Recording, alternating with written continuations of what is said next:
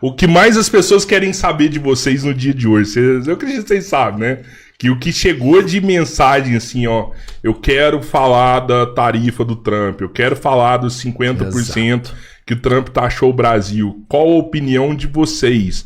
Né? Então, um assunto super quente, aconteceu agora. Queria muito escutar vocês e hoje eu tô aqui só pra escutar, tô aqui como ouvinte. Minha pipoca já tá chegando aqui, não quero atrapalhar a conversa de vocês, viu? E eu não Finjam que eu não estou aqui. Eu não posso nem dar meus palpites. Não, cala a boca, aqui agora vai ficar muito feio, velho. Hoje não dá, Deixa o nível rolar aqui. Bem, acho que o editorial do Estadão de ontem, né, foi... Aquilo ali é a métrica da situação, ou seja, coisa de mafioso, né? Mafioso. Porque o Trump,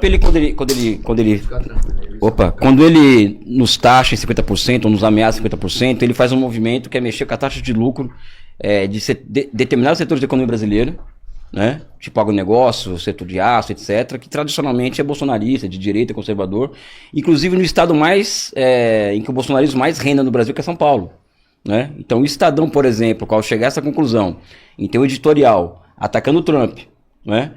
E ele está demonstrando, dando um sinal para a base material do Estadão, que é o agronegócio, que é essa classe dominante ultraconservadora de São Paulo, né?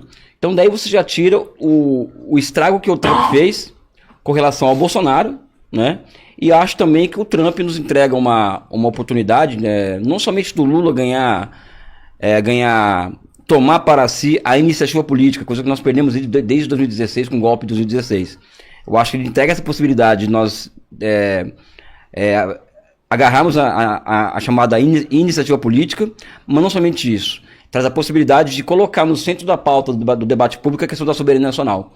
Eu já falei isso outras vezes aqui, que eu acho que essa é uma questão fundamental do nosso tempo, a questão da soberania, ou como nós na esquerda chamamos da questão nacional, ou seja, tem a questão democrática, a questão social, e tem a questão nacional, ou seja, a questão da soberania, etc. Então, eu acho que ele nos entrega a oportunidade para nós pautarmos essa questão do nacionalismo, do patriotismo, de forma genuína e não de forma falsa, como o bolsonarismo trata essa questão, que eles são antinacionais, antipopulares, não gostam do Brasil, moram em Miami, etc, etc, privatistas, enfim. Enquanto que, historicamente, quem defende a nação é a esquerda, são os comunistas, os socialistas, os trabalhistas, os democratas, etc. Acho que esse é o momento que volta à pauta essa questão com muita força. Esse é o principal legado do que aconteceu até hoje, né?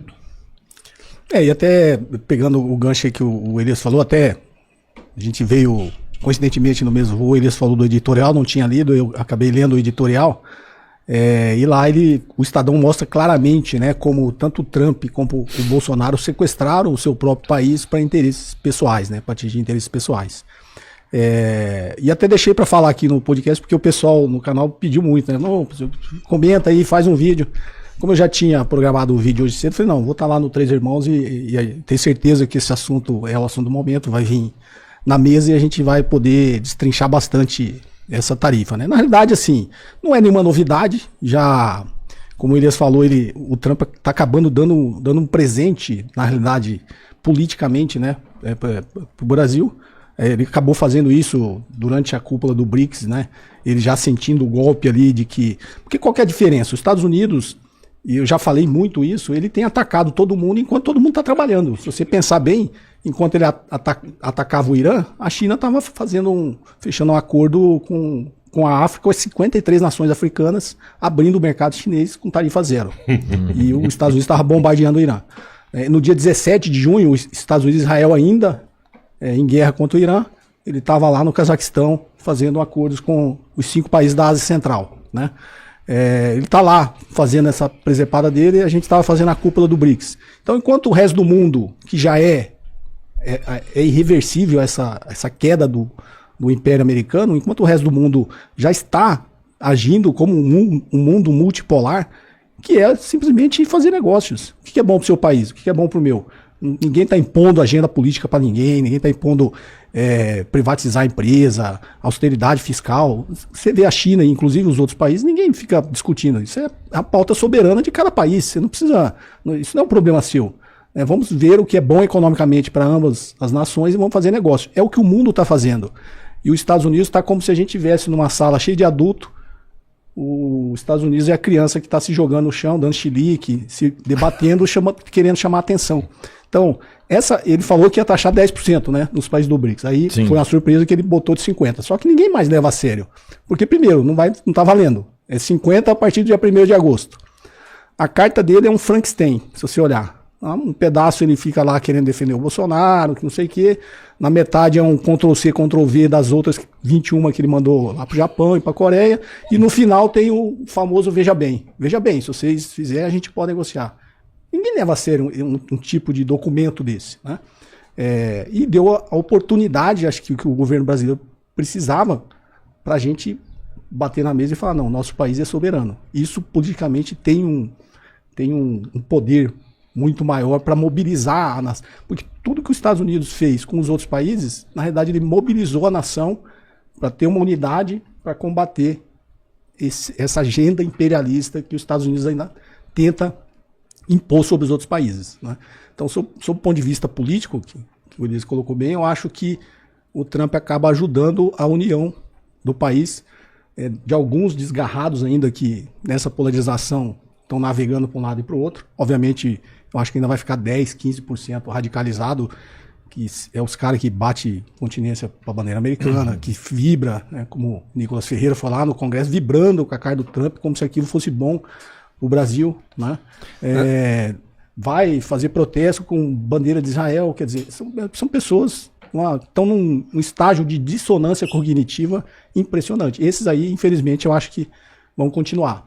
Mas é uma agenda positiva agora para o executivo brasileiro afirmar a nossa soberania e realmente trazer a grande massa da população para uma unidade nacional. A posição correta que o Brasil tem que segurar agora nesse momento, então, é de realmente falar para ele que se tiver essa taxação, como aconteceu com a China, que também já sofreu uma pressão semelhante, né? É de que se acontecer isso, a gente vai suportar isso e que a gente vai bancar isso talvez com critérios semelhantes. Reciprocidade. Seria essa a postura que a gente tem que ter. Já tomou ontem, já se tomou essa decisão, já se chamou o conselheiro de negócios americanos para conversar, que basicamente é uma reprimenda diplomática, né, para saber o que está acontecendo. O Lula devolveu para o Trump a carta, ou seja, o que é do ponto de vista diplomático, é uma afronta, né? Você receber uma carta do chefe de Estado e devolver essa carta é algo muito difícil de acontecer, quase inimaginável em relação de países, né? Ainda mais com a discrepância de força, né? Assim, Sim, Brasil e Estados Unidos, né? Você peitou alguém que teoricamente é maior. Como assim? Me explica esse processo de devolver a carta. Existem vários protocolos na diplomacia, né? Que também não conheço muito bem. Eu fico mais contando a minha experiência na política e próprio Banco dos BRICS, eu convivia muito com diplomata, né? Então, quando você, por exemplo, o brasileiro foi morto na Austrália, né? Quando o país quer... Uma das formas de demonstrar descontentamento com a forma como foi conduzido o processo na Austrália, contra um brasileiro, é chamar, por exemplo, o embaixador da Austrália para conversar. Sim. Essa é uma forma de reprimenda. Uhum. E as coisas vão escalando até você romper relações diplomáticas, né? O que é novo nesse processo brasileiro hoje, enquanto símbolo, enquanto simbologia, não é o Lula tão somente falar que o Brasil é soberano, reafirmar isso, que é super importante e fundamental, mas ele ter devolvido a carta. É como não aceito isso? Não, isso meu amigo, não tô pouco me lixando pra você, não te leva... Que o Cobori falou aqui com outras palavras mais sofisticadas, né? Não te leva a sério, não... Sabe? Não, então E isso, em certa medida, a simbologia inteira guarda o que, na minha opinião? Primeiro, é uma afronta, vamos dizer assim, a um país teoricamente mais forte. É uma afronta a um país cujo imaginário das classes médias no Brasil e no mundo inteiro gira em todo aquele país. Ou seja, a classe média brasileira quer ser americana, né? Seja de direita, seja de esquerda, né? E os Estados Unidos, e dentro do quintal dos Estados Unidos, né? Ou seja, os americanos não toleram a Revolução Cubana até hoje, não toleram nenhum sinal de submissão, seja democrata ou republicano. E o maior país da América Latina, que é o Brasil, toma essa atitude. Ou seja, isso não é pouca coisa. Para quem achar que isso é pouca coisa, não está entendendo nada do jogo. Né? Não está compreendendo nada, não entendeu nada. Então, acho que a condição brasileira foi excelente daqui. A questão é saber se nós vamos manter, se isso vai dar fôlego para o governo Lula e para o próprio Lula se reeleger em 2026, porque eu acho que essa é a tarefa principal. quer derrotar o bolsonarismo e a extrema-direita, aí que não tem muita mediação em relação a isso, é uma tarefa política imediata, construir as condições para a derrota da extrema-direita no que vem, né? E eu acho que o jogo que já estava combinado do ponto de vista do campo conservador, que é juntar vários setores, uma frente ampla contra a esquerda e contra Lula, que já estava combinado e quase certo, né? E com uma vitória também para muitos quase certa, hoje já não é mais uma realidade. O Lula volta ao jogo, né? E acho que isso, só desculpa me alongar um pouco, Zé, também fica uma questão aí. As pessoas se acostumaram nos últimos 1 ano e meio, 2, a subestimar a capacidade do Lula, né? Ou seja, o Lula, pouca gente sabe, ele ficou 580 dias preso, enfrentou uma eleição contra o Bolsonaro. O Bolsonaro gastou 700 bilhões de reais naquela eleição, arrombou, e o Lula ganhou as eleições. Então o Lula é um case de invenção e reinvenção, e acho que ele se reinventa mais uma vez, quase no alto dos seus quase 80 anos de idade, né? Eu acho que não é de se menosprezar essa potência política chamada Luiz Inácio Lula da Silva. Goste ou não dele, não estou fazendo nenhum juízo de valor, mas é uma figuraça.